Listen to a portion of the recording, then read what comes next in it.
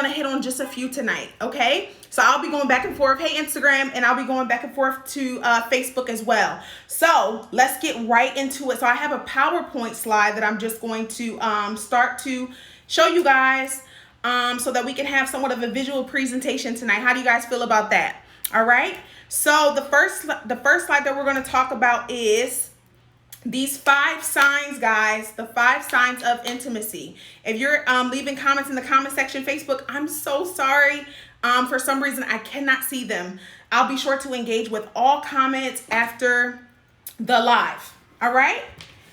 Okay, so let's get into it, guys. So in these 5 signs that I'm going to share with you are going to be all signs, again, that there's a number of them, but we're just going to hit on 5 of them, okay? So let's go into defining what fear is. Let's go into defining what fear is.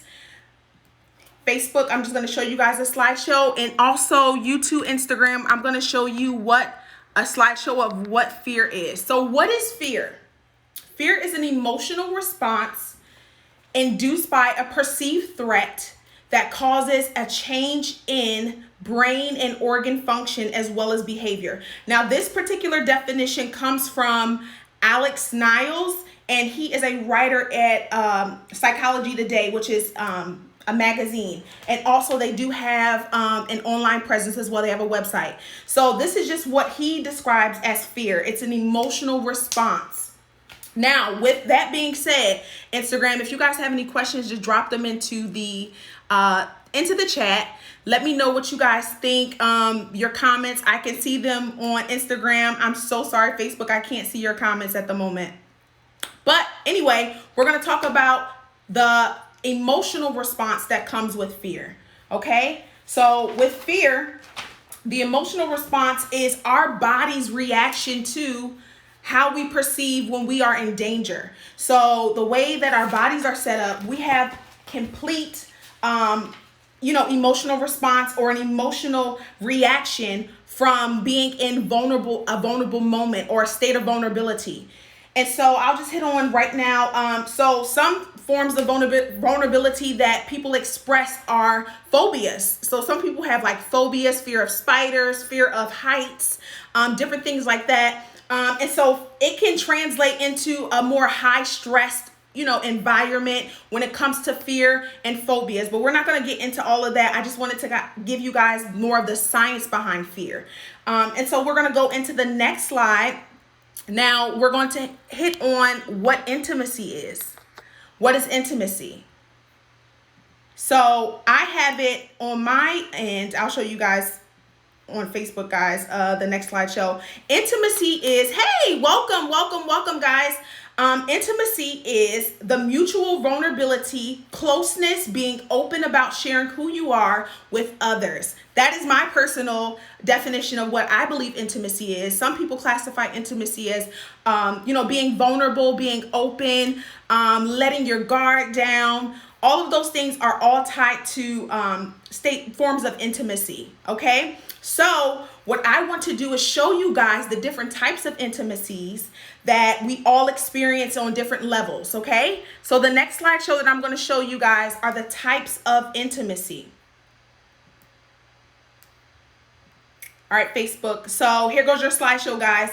The types of intimacy is experiential intimacy, emotional, intellectual, and sexual intimacy. So the first one, I want to kind of break this down for you guys so that you are aware of the different types and how they manifest and in which way we can express them. Okay, so experiential intimacy is the bonding or connecting with other people through leisure activities or leisure time. Okay, so these are people that you hang out with, groups of friends when you go out to eat. These are also what you would call acquaintances. Okay, so this form of intimacy happens on a level where it is an acquaintance type of intimacy. Again, these are surrounded around people who you're away from work. This is your free time. This is time for you just to wind down. Around these times are, hi guys, welcome. Around these, this type of intimacy is going to be tied to acquaintances, okay? Now, emotional intimacy is where you are sharing your feelings, you're sharing your heart. Like I said before, you're letting your guard down. Emotional intimacy is tied to your family and your friends. Okay, this is tied to family and friends, siblings. These are really close-knitted relationships that you have. Emotional intimacy is where you're going to be tying your time to your family, your friends, sharing your heart, and sharing your feelings. Okay, hey. Also, too, the next one is intellectual intimacy. Okay, Facebook, I'm sorry if you guys are leaving comments. I can't see them. I'm using a different software tonight. So intellectual intimacy is when you're sharing your ideas. You're sharing your ideas, your goals. This is also going to be around your, your boss buddies in terms of your coworkers. This is now where, entrepreneurs, you have your friends. Hey, you have your friends where they are talking about goals. They're talking about what they want to do, and all of those things. So this is you sharing your opinions about politics, religion. This is, again, the sharing of ideas. So this is going to be your coworkers. Like I said, these are going to be your business partners, all of that. The last form of intimacy is sexual intimacy. Now, everyone knows this form of intimacy is for those who are married. You have a spouse. So this includes touching, body contact. This is in everything with your senses, sensual, again, body contact, body touching, sex, intercourse, all of those things, okay? So that's just a rundown of the types of intimacies, and I want to hit on the people group with each. So experiential intimacy is going to be your acquaintances. Your emotional intimacy is going to be the family and the friend setting, and then also your intellectual intimacy is going to be your coworkers, business partners, and then sexual intimacy is for the spouses, those who are married. Okay, so we're going to get into the 5 signs. Okay, guys. Let's go into my first example that I shared on social media, and I'll be sure to share Instagram. I know you guys need to see it as well. So let's get into the first sign. You avoid emotional interactions. Okay, so I'll just read through the slide. It says, isolation makes us avoid any form of interaction with others that breed emotional, sentimental value. You tend to suppress your feelings, emotions, and not welcome them and feel them and express them in a healthy way. So this particular scenario are for all of those who deal with isolation, loneliness, depression, all of those things. It's really hard for you to be able to interact with people emotionally, for you to express your emotions because you're so used to suppressing those things, especially on a caliber where you harbor your feelings and you don't have outlets to really share who you are and what you're feeling. When you're used to this, any type of emotional interaction, even if it doesn't include you, this also falls into PDA, public displays of affection. When you see someone really loving on another person, or they're sharing their heart, you usually kind of like, I don't know about that. You're very hesitant because seeing someone else express their emotions in an authentic way, it does cause you to go inward and say, I don't know about that. So this is for those who, again, are suppressing their emotions and not allowing your feelings to really to be felt. We have feelings, we have emotions so that we can be able to feel them. And so there has to be a way that you have to express it in a more healthier way, right? Without fear, right? Without overthinking all of those things, okay? So that's the first scenario, avoiding emotional interactions, okay? So we're going to go into the next slide, and we're going to talk about the next, the big one. I'll share it to Instagram too, guys. Give me 1 second. So this particular one is you not being able to say, I am sorry, right? So you have some people who who are very like, I'm so sorry, it was my fault. But those who have fear of intimacy, they typically do not know how to be vulnerable in saying that they're sorry, right? So I wrote down hard conversations that cause you to retreat because it requires you to speak from your heart. Letting your guard down and saying you're sorry, especially when you're at fault, places the other person in a place of power, which makes you feel less than. So if some people in that perspective feel like they can't say they're sorry, feel like they cannot go back and say, you know what, I made a mistake, typically because they feel less than, or they feel like the person is going to kick them while they're down. This is a mindset that, those who lack social intimacy with people typically are not very humble in that sense. They're not, especially when they have done some type of wrong or made mistakes. They don't like giving other people power or control over them in situations where they're asking for forgiveness or they're asking for a pardon because of their sense of indirection or mishap. Okay, so they typically don't say I'm sorry. It just does not fit into their vocabulary, just because it makes them accountable. And it also makes them open for correction. And anytime when someone's correcting a person, it has to be done in love, first of all, right? We have to correct in love. But a person who fears intimacy, when they're not, hey, welcome, when they are not used to saying, I'm sorry, they're not open for any type of rebuke or open for any type of correction, because it makes them feel, like I said, less than. It makes them feel devalued, especially in a sense where they do not trust the person that they are, sorry about. Okay, so let's go into the next slide. That was my second scenario. Let's go into the next one. And this particular slide is physical touch makes you cringe. Now I'm going to show Instagram this one as well. Someone coming to you, giving you a hug, touching you on your shoulder or holding your hand, any type of physical contact makes you super uncomfortable, and it causes you to be anxious. You feel extreme anxiety. And most people who deal with this particular type of just uncomfortableness, they have a past of being either sexually abused, sexually harassed.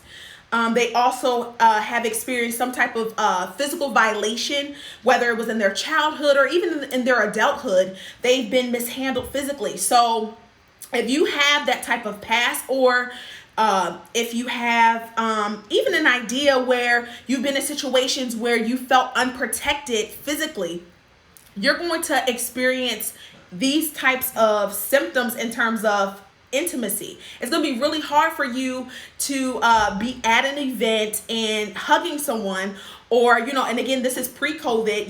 We are social distancing, so we're not we're 6 feet apart.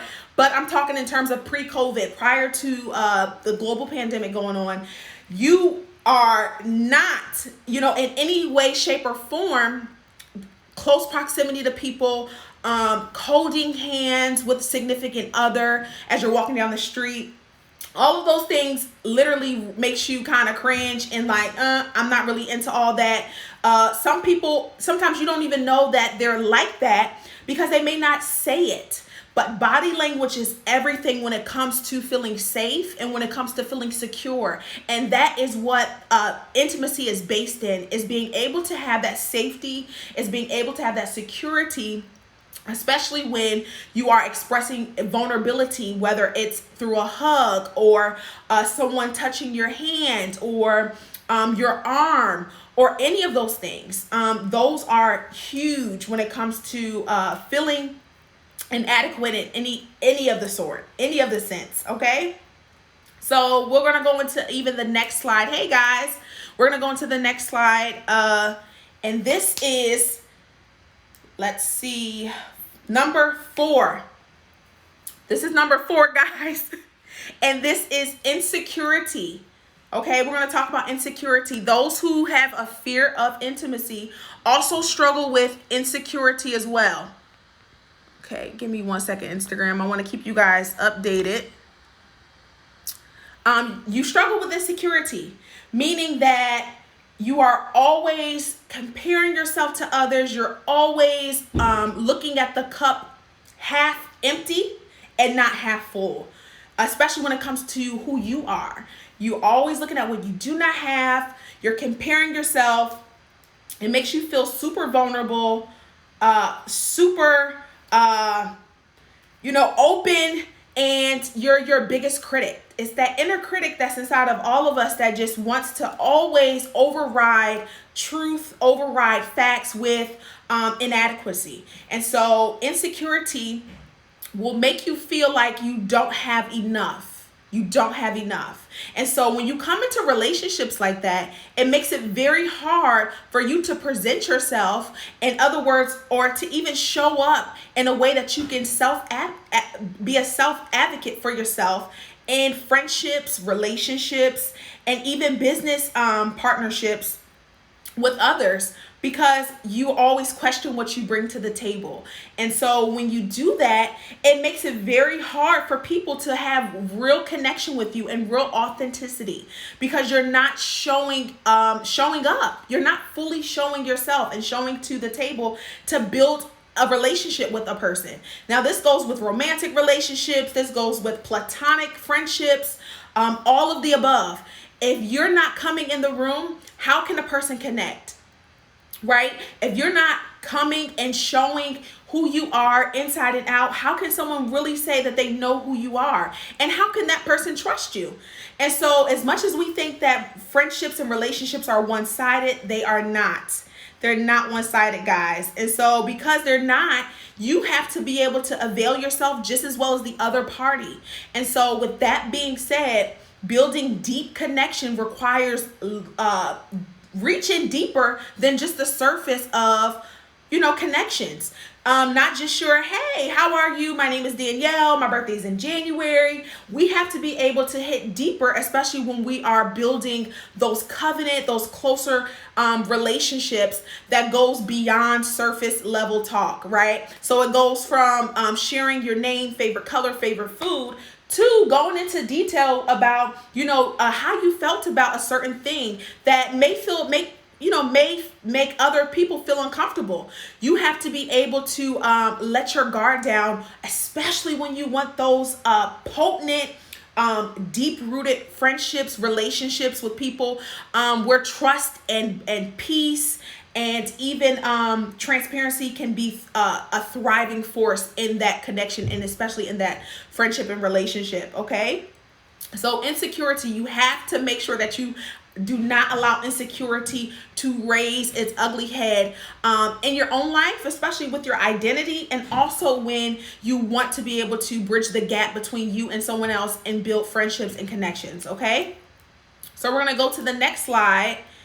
And this is the final point. I know I'm kind of rushing through these, but I want you guys to be able to just get a roundabout perspective on how fear can really hold us up from having those intimate connections, okay? So number 5 is you have a difficulty trusting others, okay? So this is you withholding information, especially when it talks about your needs. When you're talking about your needs and revealing what you need, who you are, it breeds accountability and vulnerability, okay? Now, when discussing information, and obviously we're going to use discretion when we are discussing information, right? We're going to use discretion, especially with who we're choosing to discuss this information with. But if you're in a healthy, friendship, a healthy connection, and even if you do have fear of intimacy, there should be levels where you should be able to share, information and not always conceal things that are concerning you or concerning things that you are dealing with. This should be the basis of communication in relationships. If you want a relationship or a friendship, you have to have communication. There's no other way. How would you be able to build if you don't know what that other person needs, if you don't know what that person is going through, all of those things, okay? So withholding information, especially when it's something that you need to share or you're asking for help, withholding that information leaves you on an island by yourself, right? So you gotta throw out a SOS sign, right? Like, come save me, right? Come save me. But it's really hard to do that when we don't know what you need saving from, what you need emotionally or whatever. So holding information is just not wise, especially when you want that relationship and all of that. And that's what fear does. It keeps you stagnant. It keeps you paralyzed, right? It keeps you mute. It keeps you muzzled. And so all of those things are needed when building authentic and full connections and relationships with people. Okay? And it also breeds accountability, right? So if I don't know what you need, and you don't express that to me, how am I going to be able to be that friend that you desire for me to be? I can't. So therefore, I'm not in place to offer or to avail myself. And then also, you're not moving, you're not progressing, you're not growing because you're not being staffed with the right information or the direction that you need as well. Okay. And even vulnerability, like I talked about before, it's mutual. Vulnerability is mutual when you are building friendships, relationships, and even business connections, right? Business partners, you need to be vulnerable. You have to be able to share, hey, I can't do this. I'm not very well versed in this. This is something that I need assistance in. All of those things. Okay. So let's go into even with trusting yourself, right? Let's go into the latter part of this particular slide. You're so used to trusting yourself and trusting your own ability and your own strength that you're a one-man show, right? And that's not a good thing. It's just not. Like, you cannot be a one-man show. We were made to be social creatures. That's how we're made. And even for some people who are followers of Jesus and believe in his word, like, we are the body of Christ. And so we're one body, many members, right? So you cannot trust yourself. You can only go so far with the knowledge that you have before you need to rely on someone else's knowledge or someone else's footing or someone else's experience. And this is where even goes into mentors and coaches and people like that. You have to be able to trust them. You cannot build even intimacy when it comes to someone leading you, as far as leaders, especially if you don't trust them when you are only relying on what you believe is truth to you. You know, truth has different many perspectives. And so sometimes what you may see is different than what another person may see, but it does not negate the potency of their narrative. Okay. So you have to be able to trust others, guys. It doesn't work. Like, you'll be isolated. You'll be in a place where you'll always be by yourself if you never let your guard down to be able to trust others. Okay. You have to do it.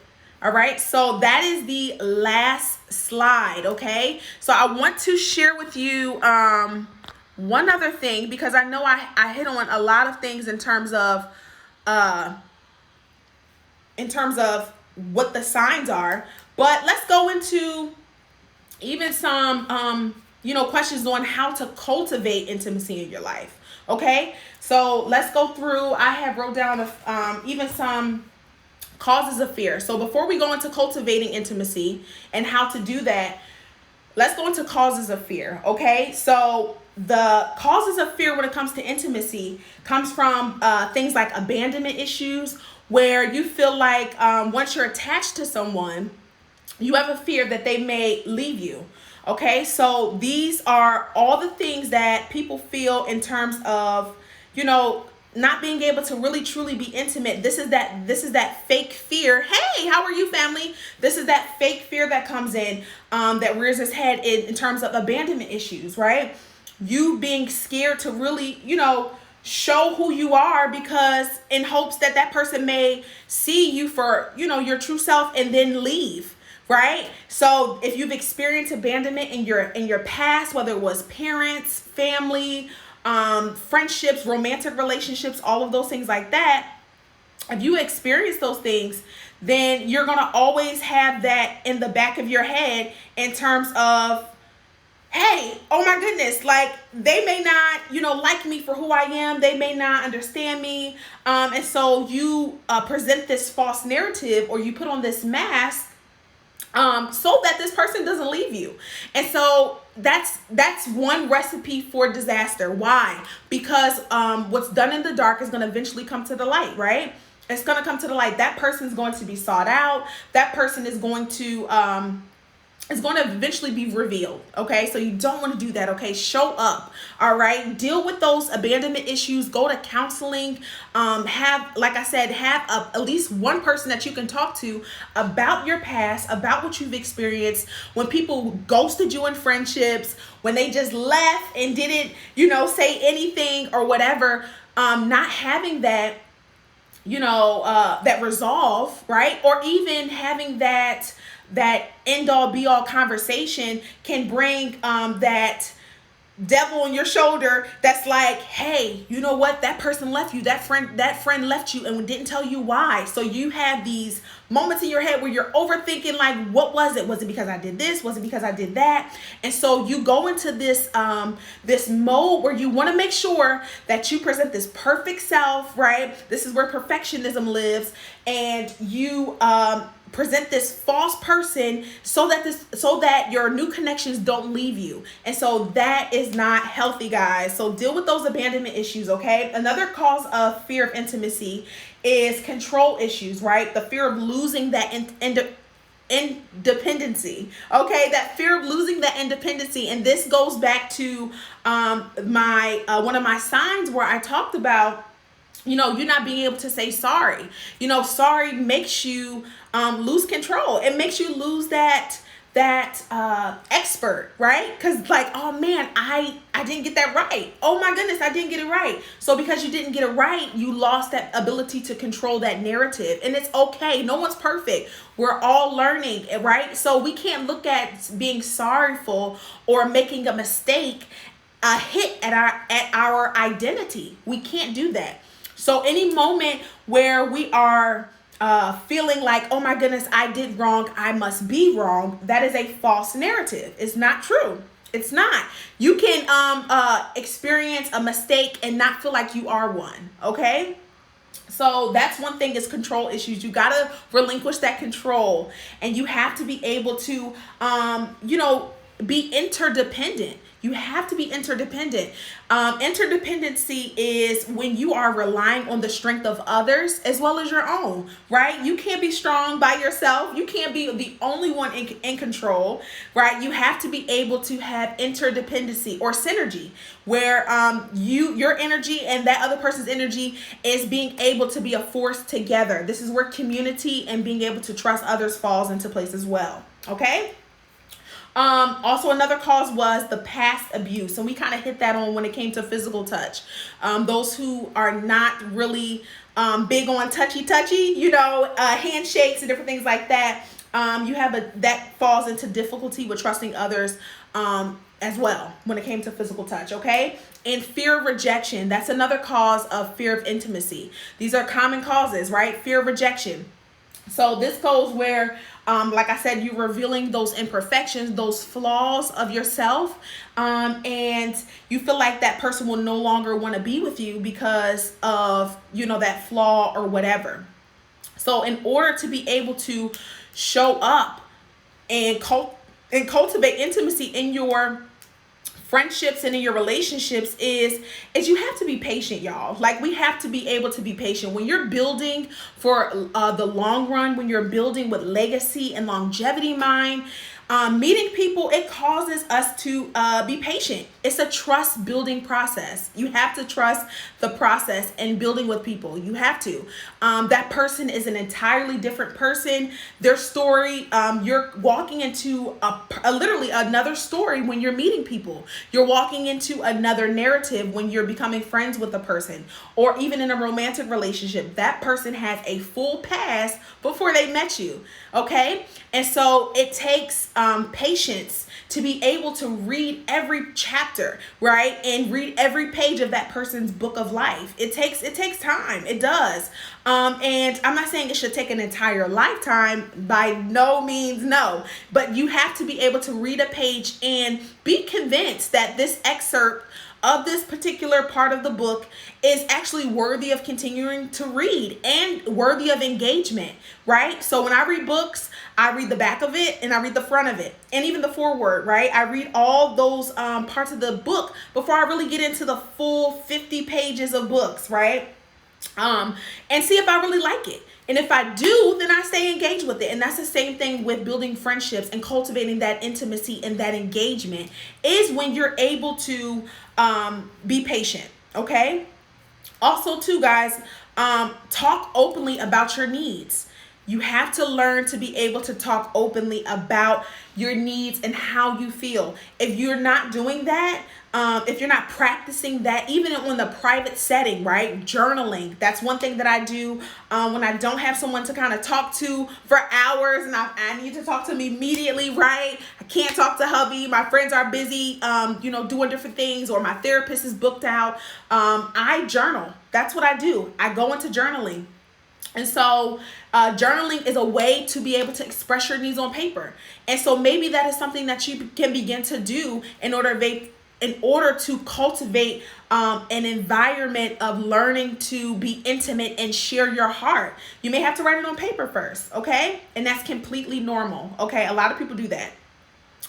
And again, start with the easy stuff, right? It's really hard to talk to somebody about, trauma that you've experienced in your past when you have not talked to them about, what your favorite color is, or where you often like to shop, and all of those things. Start with the easy stuff when you're cultivating intimacy with friendships and relationships. Start with the easy stuff, right?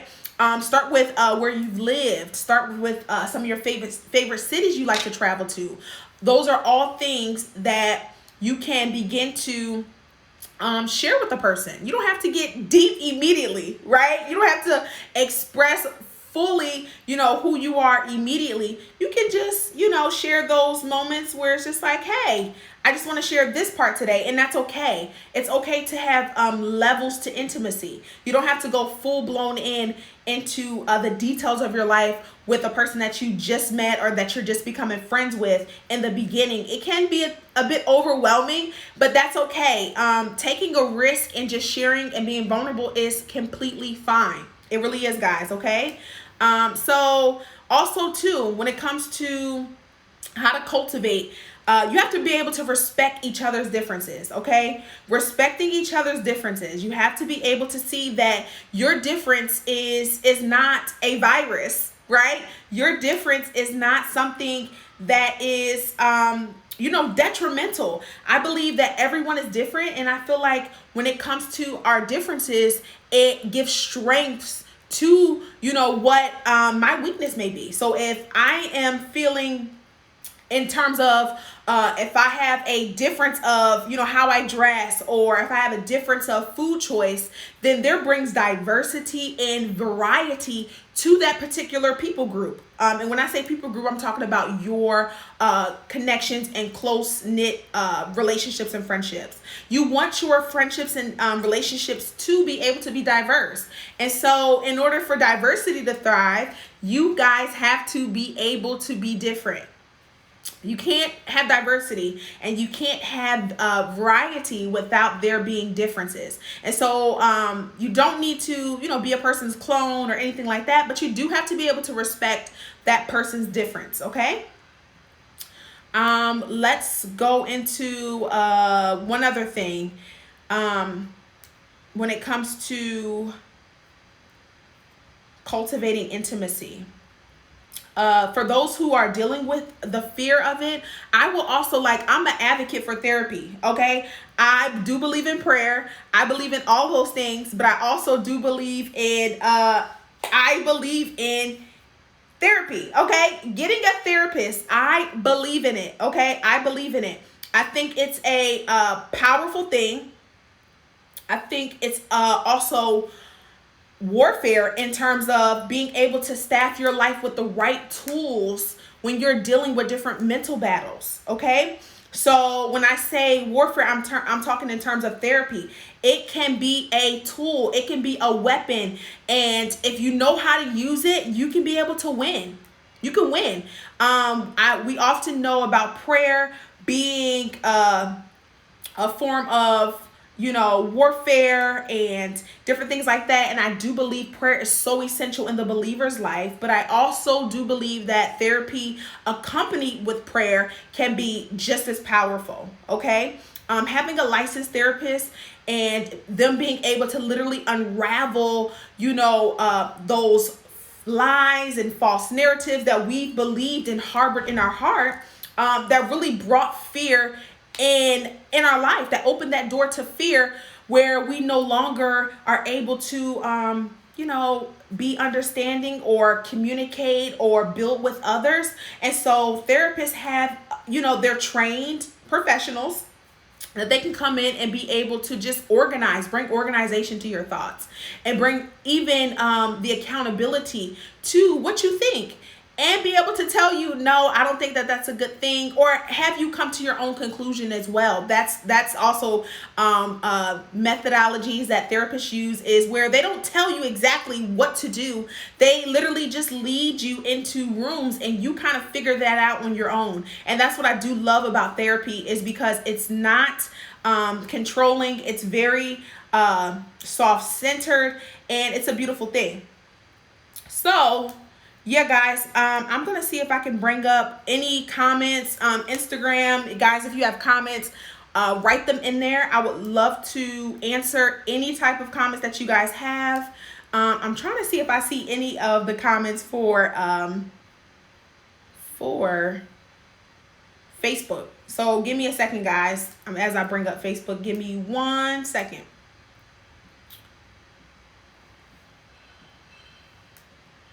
But yeah, guys, if you have any questions, I'm going to also offer you guys an admission to my Facebook group as well, because I feel like a lot of people have these experiences where they just need a helping hand, right? Or they need that community too, where a lot of people, they deal with fear all the time. They deal with fear on many levels. And so, sorry guys, Facebook, y'all haven't seen me. I've been doing this, the slides, but I'm going to be offering also too a Facebook community where you guys can really be able to just share your heart, share where you guys are feeling, and all of those things in terms of how you are processing, fear, and how you're processing it when it comes to intimacy in your friendships and relationships. Okay. So if you are someone who deals with fear, if you're someone, hey, welcome Instagram. If you're someone who deals with fear, or if you're someone who deals with it and it's prohibiting you, or it's literally stifling you and causing you to be paralyzed in your friendships, connections, relationships, all of that, I really admonish you to join my Facebook group. It's going to be live tomorrow. And I want to create a community around the narrative and the perspective of fear, and how sometimes it can just, literally stifle you and paralyze you. And so one thing about fear is it never wants to be sought out. It never wants to ever have the light shine on it. Why? Because it loves to hide. It loves to keep people muzzled. It loves to also be able to point the finger, right, and cast blame, right? So people who deal with fear, they often have, a victim mentality to it because of some things that they have experienced, and it's never their fault. Right? It's never their fault. And so I can extremely say that, because I used to have that same narrative. I used to have that same narrative where, no, I can't do this because of this, or I wanted to do this, but this happened. We always have excuses. As long as a person is fearful, you are going to always have excuses. And so I want to invite you guys into my Facebook group community. And it's going to be, I'm going to be dropping in there with some live videos, with some how-tos on how you can literally get free from fear. right? Fear wants to keep us in a room. It wants to cause us not to have heartfelt, authentic friendships and relationships. It causes us to be muzzled, and so much. It literally sucks the life out of you. And so if you are dealing with fear of, anything, fear of success, fear of failure, all of those things, I'm going to be hitting on all of those, okay, in that Facebook group. And I want to invite you guys. So I will also be doing live videos, like I said, in there, dropping in some infographics on some simple, easy ways that you guys